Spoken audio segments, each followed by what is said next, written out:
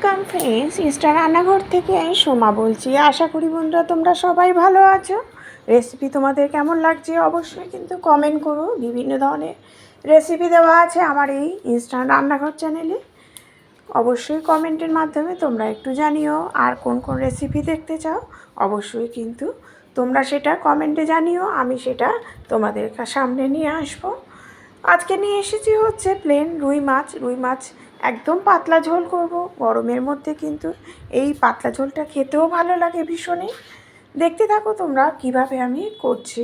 প্রথমে দেখো মাছগুলোকে কিন্তু খুব ভালো করে নুন হলুদ মাখিয়ে নেব, কারণ খুব জলদি ভালো করে নুন হলুদ মাখিয়ে নাও, তাহলে কিন্তু ভালো করে মাছগুলো টেস্টও লাগে। নুন হলুদগুলো ভালো মতো ঢুকলে, নুনটা ভালো ঢুকলে খেতেও কিন্তু মাছগুলো খেতে ভালো লাগে।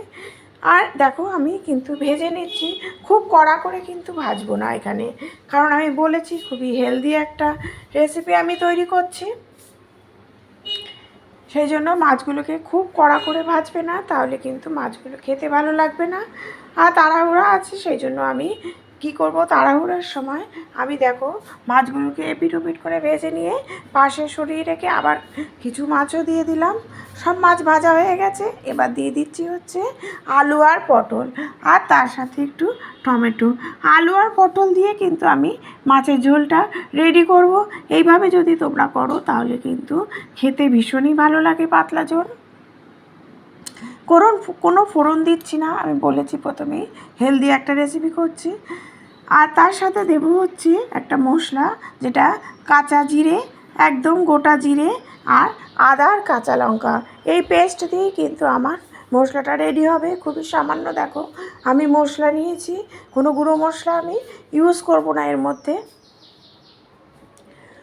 দিয়ে দিচ্ছি হচ্ছে নুন আর হলুদ, দিয়ে আমি আলুটা আর পটলটা একটু হালকা করে ভেজে নিয়ে মশলাটা দিয়ে ভালো করে কষিয়ে নিচ্ছি। ভালো করে কষানো হয়ে গেলে একটা টিক্স দিয়ে দিচ্ছি, যখন দেখবে যে এই মশলাটা ভালো মতো মিক্সিতে পেস্ট হচ্ছে না, তখন কিন্তু একটু টমেটো দিয়ে দেবে। হ্যাঁ, তো এই টমেটো দিলে কিন্তু ভালো করে মশলাটা ভালো মতো পেস্ট হয়ে যাবে মিক্সিতে। আজকাল যুগে সবাই বেশিরভাগই মিক্সি আমরা ইউজ করি।